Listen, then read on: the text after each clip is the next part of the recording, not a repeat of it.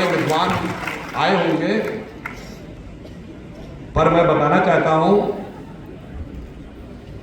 कि तमिल संस्कृति का सबसे सम्मानित ग्रंथ थिरुकुरल माना जाता है। थिरुकुरल में 3 अध्याय हैं, 3 पार्ट्स, और 1330 उसके छंद या श्लोक जैसे कह सकते हैं। और वो जो 3 पार्ट है ना, उनके नाम जानते हैं क्या है? अरम, परुल और काम। ये जानते क्या है? धर्म, अर्थ, काम। और एग्जैक्ट उसी सीक्वेंस में जो हमारे धर्मशास्त्र में लिखा है, यानी जो सीधे एकता दिख रही है उसमें विभाजकता दिखाने का प्रयास करना। ये कहते हैं तमिल हिंदी में लड़ो, मराठी उत्तर भारतीय में लड़ो। देखा था तेलंगाना के लोगों ने कैसा बोला था, तेलंगाना के मिनिस्टर ने बिहार वालों के लिए, तमिलनाडु के मंत्री ने यूपी बिहार वालों के लिए क्या बोला था, उसमें लड़ो। फिर कर्नाटक के मंत्री ने क्या बोला था कि रेवेन्यू कलेक्शन साउथ से ज़्यादा आता तो नॉर्थ को नहीं देना चाहिए। तो उससे पत्रकार ने पूछा कि आप अलग होने के, हाँ हम तो अलग होने के लिए सोचेंगे, यानी उत्तर दक्षिण में लड़ जाओ। फिर क्या करो, अगड़े पिछड़े में लड़ो, फिर सामान्य दलित में लड़ो, खूब लड़ो आपस में। और ये लोग लड़ाई यहाँ तक नहीं रोकते, फिर कहते हैं भाई तू घर में लड़ो, माँ बाप से लड़ो। हर बात के लिए कहो कि नहीं नहीं मेरा तो सेल्फ स्टीम ऐसा है, मेरे माँ बाप कौन होते मुझे समझाने वाले? यही समझाया जाता है ना, मेरा भी तो अपना एक सेल्फ स्टीम है, ईगो है। पर वही व्यवस्था आपको क्या बताती है?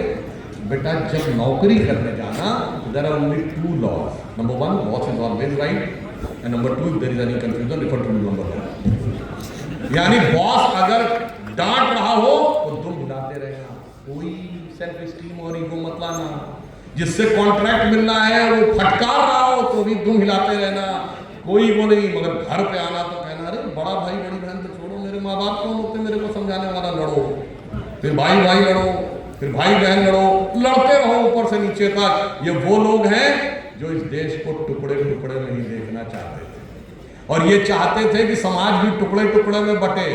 फिर 1 या 2 टुकड़ा लेकर कुछ कट्टरपंथी टुकड़े के साथ गठबंधन करके सत्ता के एक टुकड़े पे कब्जा कर लिया जाए और कुछ समय तक सत्ता के उस टुकड़े का आनंद लिया जाए। परंतु अफसोस क्या हो रहा है, अब उनके ये अरमान बहते हुए नजर आ रहे हैं। देश एक होता दिखाई पड़ रहा है, चाहे वो कुंभ में दिख रहा हो, चाहे राजनीतिक दृष्टि से दिख रहा हो, तो ये उनके लिए चुनौती है। तो यदि 1 नेशन 1 इलेक्शन की हम बात करते हैं तो इसमें एक मैंने ये पॉइंट क्यों कहा, चुनाव के दौरान ही एक दूसरे के विरुद्ध वैमनस्य पैदा करने का भी सबसे ज्यादा प्रयास किया जाता है, चाहे भाषा के नाम पे हो। अब आप देखिए तमिलनाडु की सरकार ने विरोध करना शुरू किया है, क्या इसमें कारण नहीं कि अगले साल तमिलनाडु में चुनाव है?